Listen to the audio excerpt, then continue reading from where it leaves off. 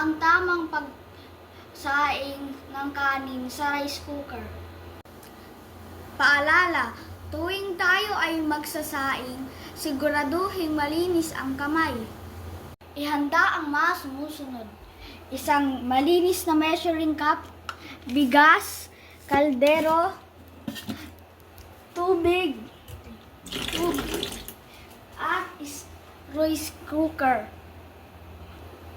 Unang hakbang, gamit ang malinis na measuring cup, maglalagay ng bigas ayon sa dami ng kakain.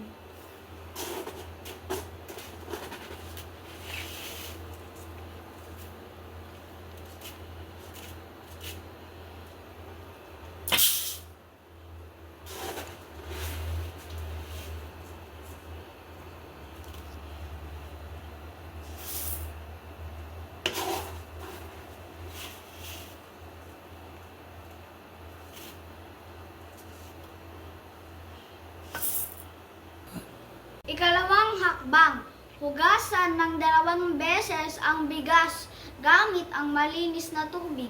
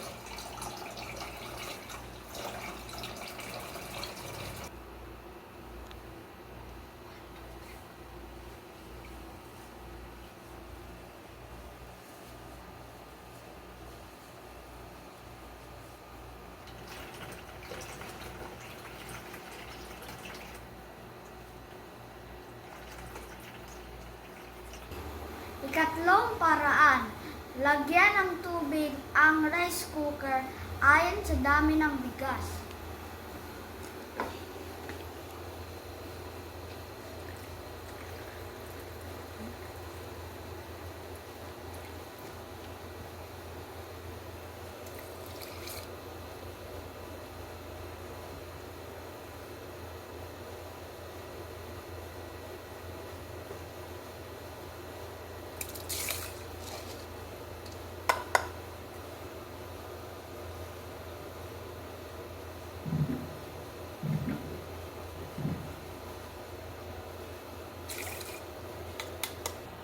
Ikaapat na hakbang, takpan ang kaldero at maingat na ilagay sa rice cooker.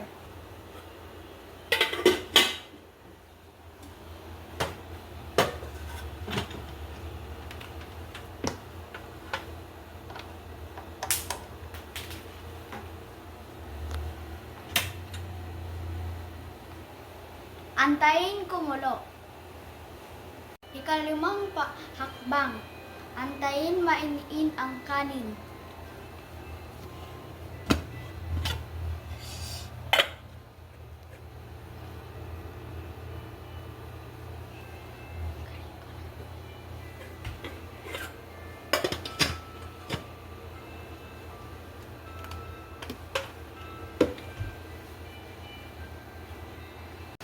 Maraming salamat sa panonood. Paalam!